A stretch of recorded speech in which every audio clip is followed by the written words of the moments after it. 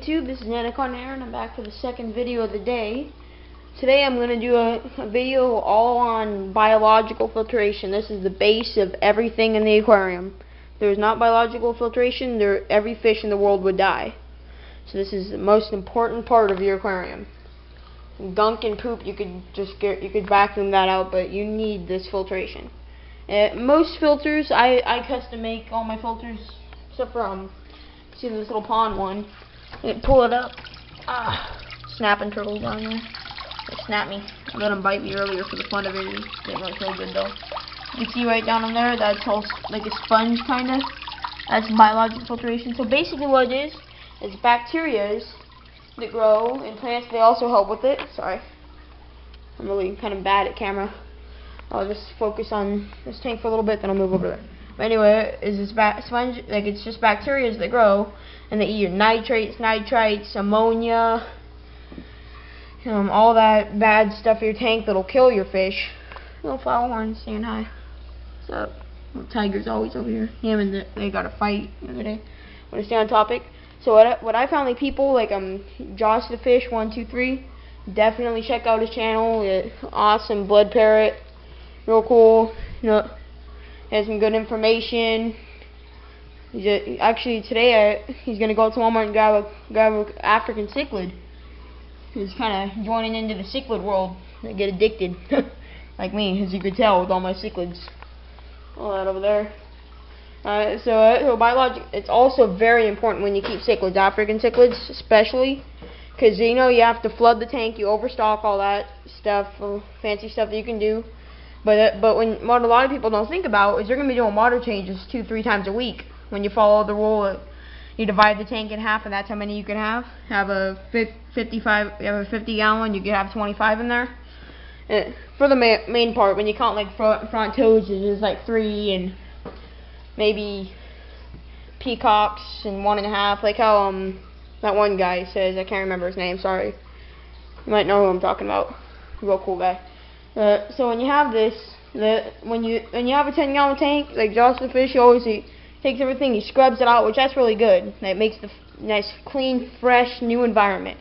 But the one thing that's bad with that is you're lacking, because if you scrub it out, that kills all that stuff. It's pulling it all out from the rocks and the filtration. It does build up in the filter. So an idea I just now came up with is to take just a normal sponge like this. Eventually it'll sink down and it'll stay, but till then, if you have a 10-gallon, maybe put 3 or 4 of them.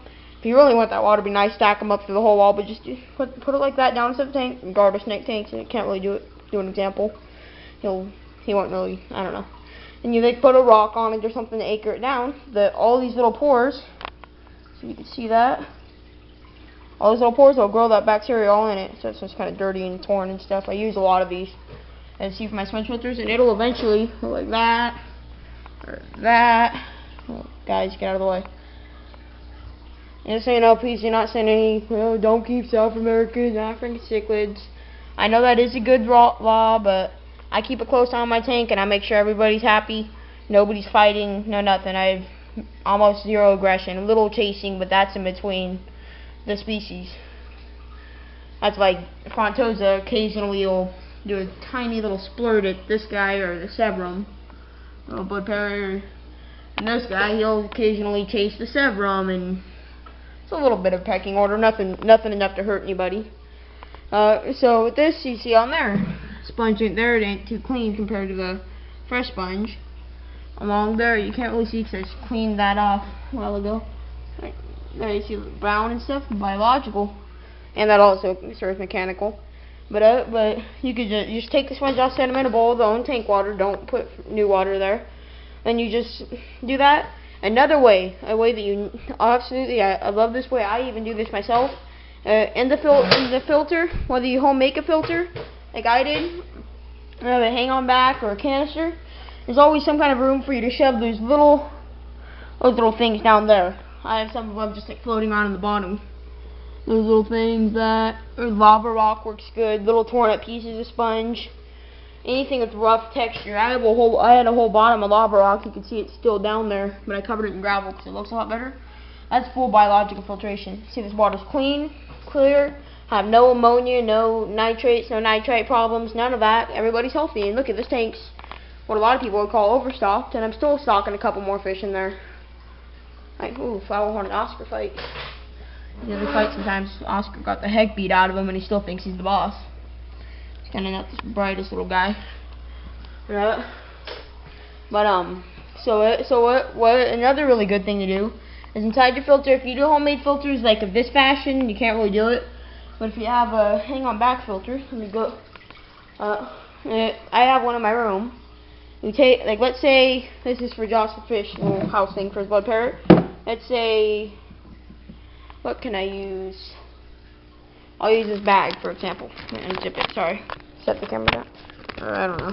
Sorry, I'm a really bad cameraman. So of course, here's the pump comes up. It goes through the sponges and stuff, and it pours out right there. You find another Oscar blood parrot or flowerhorn, whatever you call it, fight. You stick little plants down in between, or where you can wedge them, along with those things and stuff, lava rocks, pieces of sponge, and all that. And the plants, that's why in planted tanks you always see fish are so healthy, because there's no ammonia, no nitrates, because the plants they eat that. So pumping the water through plants, you just put like pothos, lucky bamboo, stuff like that, right down in there, and that just don't fully submerge pothos or any of that. Just put it where just the rhizomes down there. They can have it all the way until just their leaves are out of the water. I've grown them like that. The pothos are real tough. But just right there, that filters it, pumps it right through. I highly, extremely recommend that, and it looks a lot better. Even though it's a filter, it gives it a little bit more of a natural look. This is something you can have fun with. Find some other tough plants. Like maybe you can put like a Nubius. I don't know how that'll do in the current, but the stuff's tough as nails. With some other current loving stuff, you could put like algae inside there, like, you know, hair algae stuff you could get. And you put that in there, that likes to sway in the current.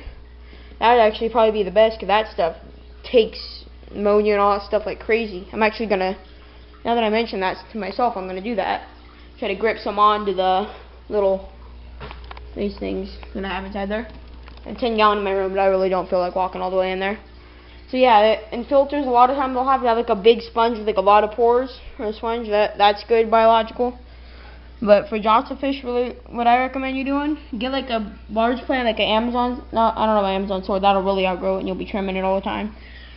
But I can get you as much of this stuff as you want. That little, let me see, right there.